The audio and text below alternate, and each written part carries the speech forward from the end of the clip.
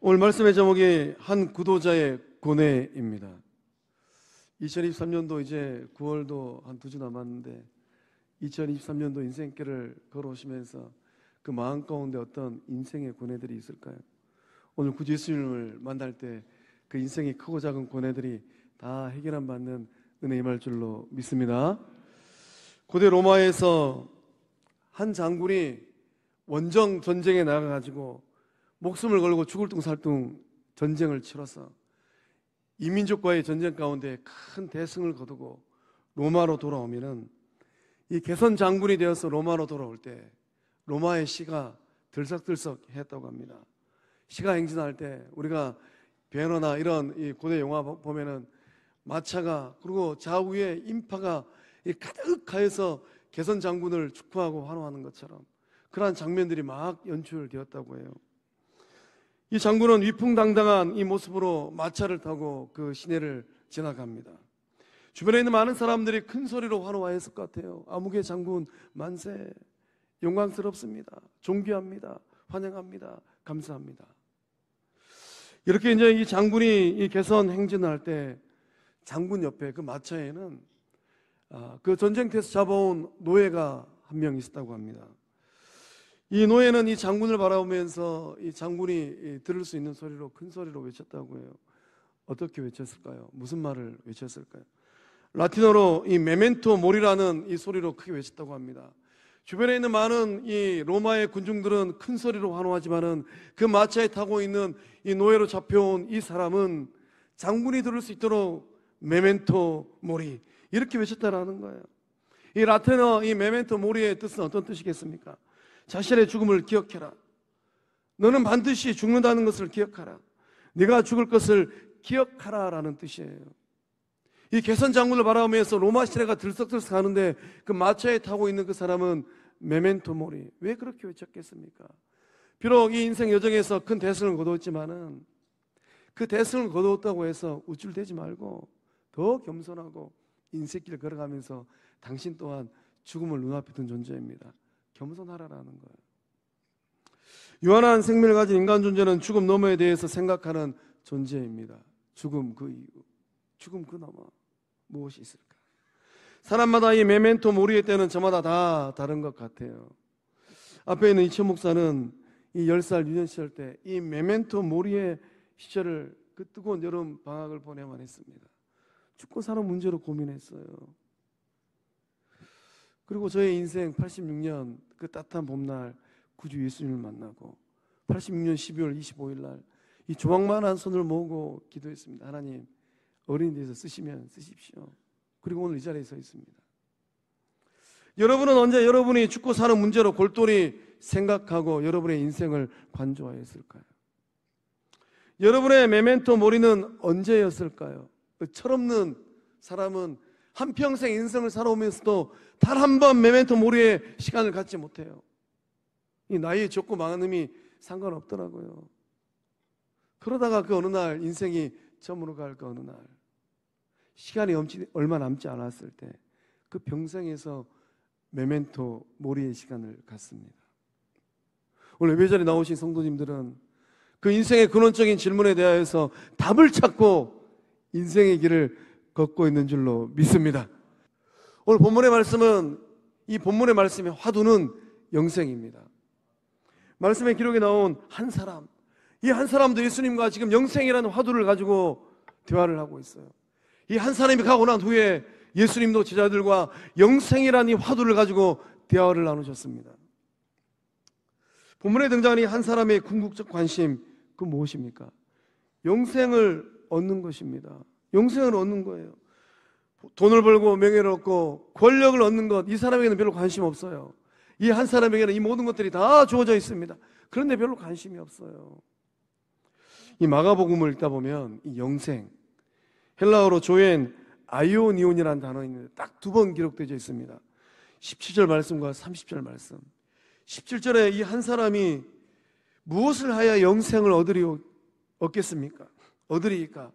이 영생, 조엔 아이오니온이라고 묻습니다. 30절 말씀에 주님께서 말씀하시기를 내세 영생을 받지 못할 자가 없느니라. 주님께서 또 영생, 조엔 아이오니온이라고 말씀하시죠. 딱 두 번 마가복음에 기록되어 있습니다. 영어 성경은 이터널 라이프, 영원한 삶, 영원한 생명으로 번역해 놓고 있어요. 이 본문의 말씀에 하도인 영생의 이 진정한 의미는 무엇일까요? 영생은 구원을 얻는 것입니다. 구원을 얻는 거예요. 영생은 하나님 나라에 들어가는 것입니다. 영생은 하나님께서 인정한 삶을 사는 거예요. 하나님이 인정한 삶이에요. 세상이 인정한 삶이 아니라 하나님이 인정한 삶입니다. 영생은 하나님 나라의 일부가 되는 삶이에요. 그 하나님의 나라, 그 하나님의 나라는 현재성입니다. 지금이에요. 지금 우리 안에 임한 하나님의 나라, 그 하나님 나라의 일부가 되는 것입니다. 우리 성광교회 가운데 하나님의 나라가 임한 줄로 믿습니다. 성광교회에서 믿음 생활하고 영성 생활하고 신앙의 길을 걸어갈 때 우리 주님이 가장 기뻐하셨던, 가장 고대하셨던 하나님의 나라, 의와 평강과 희락의 하나님의 나라, 그 영광을 맛볼 줄로 믿습니다. 또한 장차 먼 훗날 종말의 때 우리 주님께서 이루실 새하늘과 새 땅이에요. 그 새하늘과 새 땅이 이루어지는 그날 하나님 나라의 일부가 되는 것입니다. 소망합니다. 그날과 그때에 그곳에서 영광의 몸을 입고 앞에 있는 최 목사도, 우리 저 유치부실에 있는 우리 콜릭의 아이들도, 성광의 영숙권속들, 영숙가족들 단 한 사람도 예외 없이 그 거룩한 하나님의 나라에서 다시 만나는 은혜가 임할 줄로 믿습니다. 그 영광을 받고 누리고 이 영광을 흘러보내는 거룩한 빛 성광교회, 거룩한 빛 성광의 영가족들 다 되실 줄로 믿습니다. 영생을 얻는다라고 말씀은 기록되어 있어요. 영생을 산다 이렇게 기록한 게 아니라 영생을 얻는다라고 기록되어 있습니다. 이 얻는다라는 말씀의 의미는 어떤 의미겠습니까? 이 중의적인 의미를 갖고 있습니다. 이 얻는다라는 것은 소유의 의미를 갖고 있어요. 이 소유, 내 것 되는 겁니다. 내 것. 이 영생을 얻으면 이게 내 것이 되는 거예요. 절대 빼앗길 수 없습니다. 도둑이 들어와서, 강도가 들어와서 장롱 안에 있는 금은 보화들 또 이 돈다발들 다 가져갑니다. 이거는 빼앗기는 거죠. 그러나 영생이 내 것 되어지면 절대로 빼앗길 일이 없어요. 미국에 가면 다이아몬드를 줍는 공원이 있다고 합니다. 뭘 줍는다고요? 다이아몬드. 하나님 은혜 주시면은 우리 성도님들과 하나님 나라 가기 전에 거기 한번 가봤으면 좋겠어요. 다이아몬드를 줍는 공원, 아칸소주에 있다고 합니다. 다이아몬드 분화구 주립공원이라고 해요. 생일을 맞이한 브라운이라는 7세 여자아이가 생일날 부모님과 함께 그 공원에 놀러 갔다고 합니다. 그 공원에 놀러 가가지고 이 7세 여자아이가 2.95캐럿, 1캐럿도 큰데 비싼데 2.95캐럿, 약 3캐럿에 해당하는 황금빛 다이아몬드를 발견하고 주었다고 해요. 그 크기가 얼마나 크냐면은 완두콩만한 크기라고 합니다. 작지 않잖아요. 그걸 주었다고 해요. 주워가지고 얼마나 이게 기뻤는지 이 바위 위에서 쉬고 있는 아빠를 바라보면서 달려오면서, 아빠, 내가 다이아몬드를 찾았어요. 다이아몬드를 주었어요. 이 큰 소리를 외쳤다고 해요. 7살 꼬마 아이가 준 이 다이아몬드의 빛이 얼마나 고운지 우리 사진으로 한번 봐보겠습니다. 저렇게 생겼다고요. 저렇게 생겼다고 합니다. 참 빛깔이 곱습니다. 이렇게 발견하고 주운 이 다이아몬드는 누구의 소유가 될까요? 1번 미 정부의 소유, 2번 주립공원의 소유, 3번 다이아몬드를 주운 7세 브라운의 소유. 야, 우리 이부예배 성도님들은 큰 믿음을 갖고 누구의 소유가 되는가? 이 공원에서만큼은 이 다이아몬드를 주면은 준 사람의 소유가 된다고 합니다. 마찬가지예요. 영생도 영원한 생명을 발견한 사람의 소유인 줄로 믿습니다. 주님 말씀하셨어요. 밭에 감추인 보화처럼. 밭에 감추인 보화, 그것이 있다는 것을 알았으면 전 재산을 팔아서 그 밭을 사야죠. 그리고 그 밭에 감추인 보화를 내 것 만들어야죠. 오늘 예배자리에 나오신 성도님들은 인생길 걸어갈 때 우리 주님께서 감춰두신 이 영생의 보화, 이것을 발견하고 내 것 삼은 주의 친백성들, 구원받은 주의 자녀들 된 줄로 믿습니다. 또 이제 얻는다라는 이 두 번째 의미는 유산으로 받는다라는 의미예요. 무엇으로 받는다고요? 유산. 유산으로 받는다는 것은 노력의 대가로 받는 게 아니에요. 값을 주고 사는 것도 아닙니다. 아버지, 그 땅 저에게 유산 주시려면 제가 지금 1억 갖고 있으니까 1억 드릴 테니까 그 땅 저에게 주세요. 이런 자식도 없고 부모도 없잖아요. 유산으로 받는 것은 거저 주어지는 것, 아무런 조건 없이 받는 거예요. 마찬가지입니다. 영생은 조건 없이 받는 하나님의 선물인 줄로 믿습니다. 하나님께 사랑하는 자녀들에게 조건 없이 주는 거예요. 이게 영생을 얻는 겁니다. 그래서 우리 믿음의 길을 걸어갈 때 하나님께서 이 영생을 조건 없이 주신다고 하셨는데, 주여, 저도 조건 없이 그거 받아서 지금까지는 눈물로 가득한 인생살이였는데 그 영생을 받고 누려서 이제 이후로는 천국 백성으로, 기쁨 가득한 주의 백성으로 살게 하셔서 고백할 때 그 삶이 이루어질 줄로 믿습니다. 바울은 디도서 3장 7절의 말씀을 통하여서 이 놀라운 믿음의 고백을 합니다. 우리 함께 읽어보겠습니다. 시작. 우리로 그의 은혜를 힘입어 의롭다 하심을 얻어 영생의 소망을 따라 상속자가 되게 하려 하심이라. 아멘. 상속자가 되는 순서가 있어요. 상속자가 되게 하려 하십니다. 상속을 받는 순서가 있는데 이 디도서 3장 7절의 말씀은 정확하게 그 순서를 언급하고 있습니다. 첫 번째, 은혜를 힘입어야 돼요. 은혜를 받아야 됩니다. 은혜를 받는 것은 무엇인가? 예수님 만나는 거예요. 예수님을 본문의 말씀에는 선한 선생님이라고 고백하고 있는데 그렇게 고백하는 것이 아니라 예수님, 당신은 나의 구주입니다. 예수님은 저의 인생의 전부입니다. 예수님은 저의 삶의 생명의 근원입니다. 그렇게 고백하는 거예요. 그 십자가의 그 몸을 내어주신 예수님을 인격적으로 만나는 거예요. 예수님이 너무 좋아서, 그 사랑이 너무 커서 어찌할 바를 모르는 그 은혜. 설령 하나님께서 오늘 내 삶을 부른다 하더라도 저는 미련 없습니다. 저는 제 인생의 목을 다했습니다.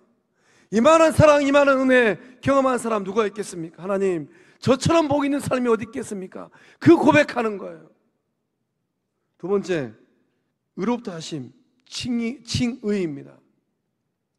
상속받기 위해서는 하나님 앞에 서야 되는데 하나님께서, 얘야, 너는 참 거룩하다, 너는 의로운 나의 자녀이다, 이 고백을 들으셔야 돼요. 인생을 살다 보면 우리가 말하지 않아도 우리 양심이 고백하는 게 있잖아요. 살아오는 인생길 걸어오면서 지었던 죄들, 죄 목록들, 때로는 잊고 싶어도 잊을 수가 없는 죄 목록들이 있잖아요.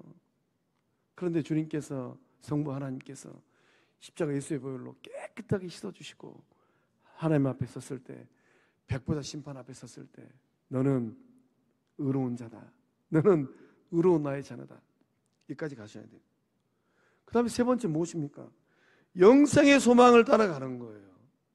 아직 하나님께서 부름받기 전에, 하나님께서 부르시기 전에 철로 역정을 걸어가야 되는데 그 소망을 따라가야 됩니다. 영생의 이 소망을 따라가야 돼요. 그 무슨 말씀입니까? 우리가 두 발로 이 땅을 딛고 살고 있지만은 그 마음은 이 땅에 빼앗기는 것이 아니라 천국을 소망하는 거예요. 그 마음에는 예수님이 가득한 겁니다. 그 마음에는 하나님이 가득한 거예요.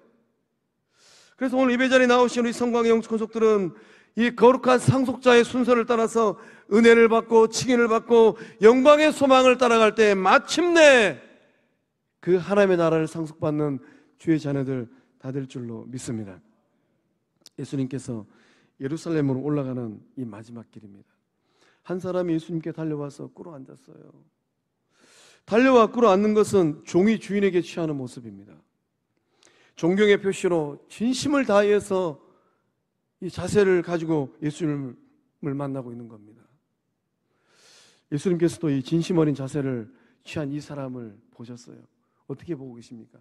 사랑의 눈으로 보고 계십니다. 예수님께 진지한 이 구도자적인 질문을 하고 있는 이 사람은 어떤 삶을 살고 있었을까요? 마태마가 누가복음을 다 종합해서 정리해 보면 이 사람은 청년입니다.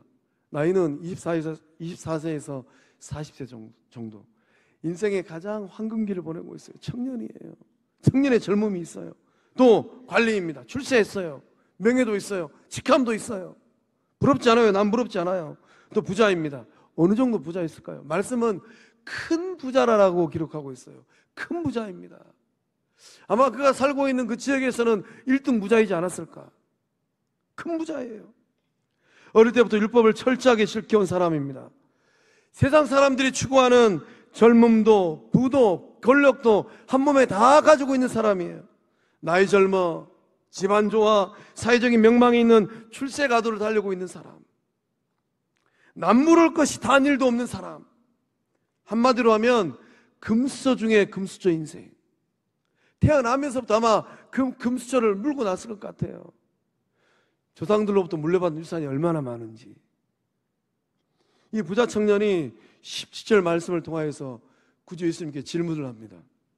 선한 선생님, 내가 무엇을 하여 영생을 얻으리이까? 이 포인트는 어디 있습니까? 내가예요.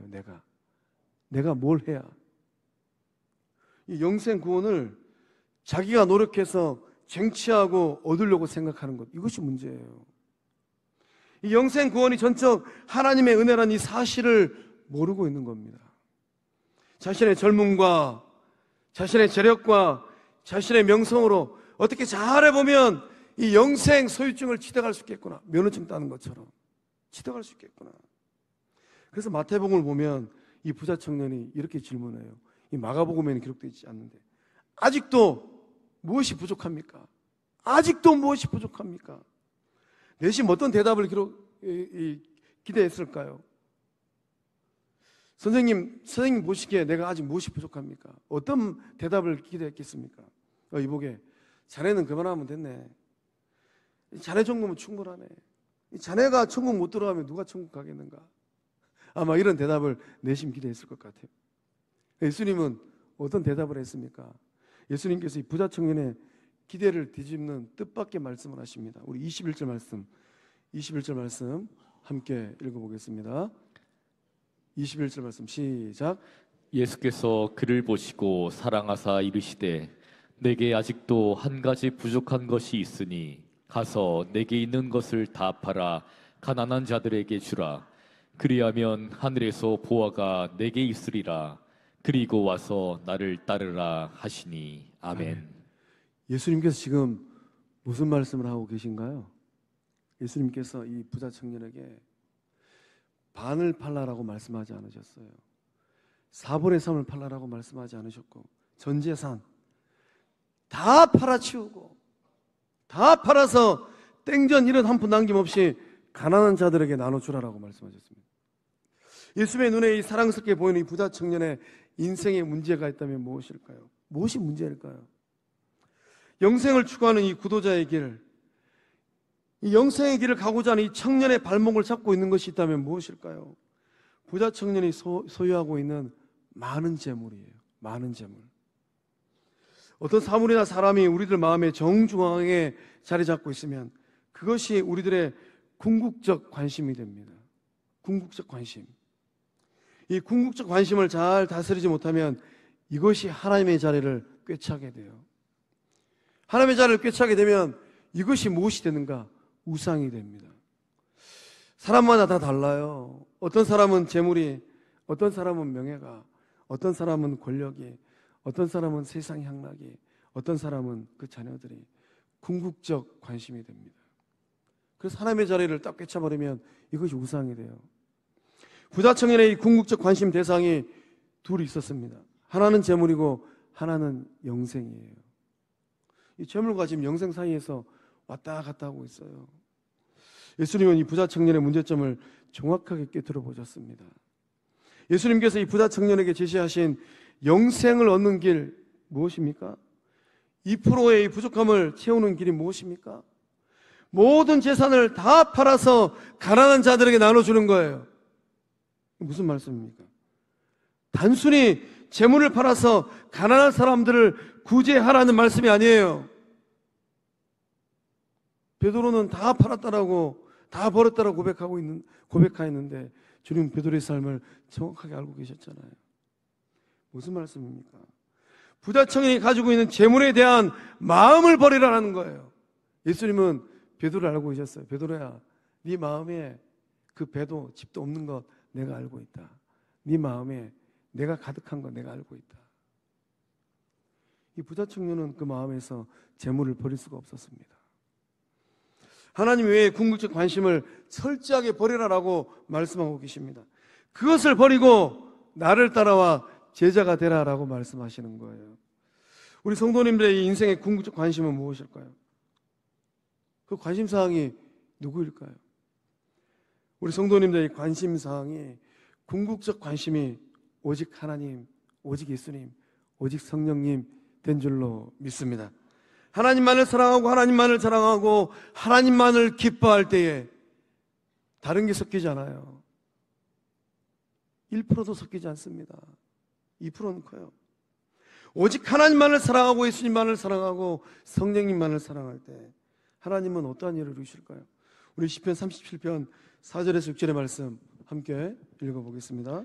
또 여호와를 기뻐하라. 그가 내 마음의 소원을 내게 이루어 주시리로다. 내 길을 여호와께 맡기라. 그를 의지하면 그가 이루시고 내 의를 빛같이 나타내시며 내 공의를 정오의 빛같이 하시리로다. 아멘.